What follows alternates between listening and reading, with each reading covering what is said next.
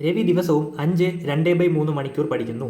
ശാസ്ത്രത്തിനും ഗണിതത്തിനും വേണ്ടി അവൻ തൻ്റെ സമയത്തിൻ്റെ 2 4/5 മണിക്കൂർ നീക്കിവെക്കുന്നു.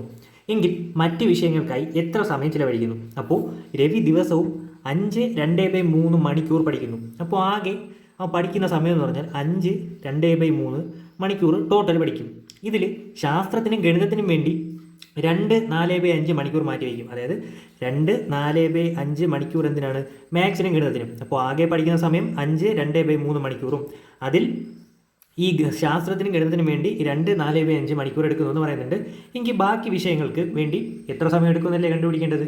അതിനായിട്ട് ഈ 5 2/3 നിന്നും ഈ 2 4/5 കുറച്ചാൽ പോരെ? കുറച്ചാൽ മതി, നമ്മുടെ ഉത്തരം കിട്ടും. എന്നാൽ നമുക്ക് രണ്ട് ഭിന്നസംഖ്യകളെ മിശ്രഭിന്ന രൂപത്തിൽ കുറയ്ക്കാൻ പറ്റത്തില്ല. അപ്പോൾ എന്ത് ചെയ്യണം?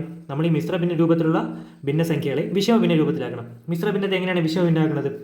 അതായത് ആദ്യം ഈ ഛേദം അതുപോലെ എടുത്തെഴുതുക.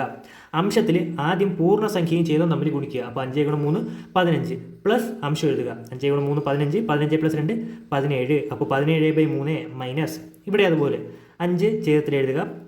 5 × 2 10, 10 + 4 14. അപ്പോൾ 17/3 മൈനസ് 14/5. ഇനി ക്രോസ് മൾട്ടിപ്ലിക്കേഷൻ ചെയ്താൽ പോരെ? ക്രോസ് മൾട്ടിപ്ലിക്കേഷൻ ചെയ്യുമ്പോൾ 17 × 5 minus 14 × 3 divided by 3 × 5 15 equal to 17 × 5 എത്രയാണ്? 15 50 7 5 35. അപ്പോൾ 85 minus 14 × 3 14 14 28 28 14 42 divided by 15 equal to 85 നിന്ന് 42 കുറച്ചാൽ 43 ഡിവൈഡഡ് ബൈ 15. നമുക്കിവിടെ 43/15 എന്ന ഉത്തരം കിട്ടി. പക്ഷേ നമ്മൾ ഉത്തരത്തിൽ നോക്കുമ്പോൾ എല്ലാം വീണ്ടും മിശ്രഭിന്ന രൂപത്തിലേ കിടക്കുന്നത്. അപ്പോൾ നമ്മൾ ഈ ഉത്തരത്തിന് വീണ്ടും മിശ്രഭിന്ന രൂപത്തിലാക്കണം. അപ്പോൾ ഈക്വൽ ടു 43 ഡിവൈഡഡ് ബൈ 15.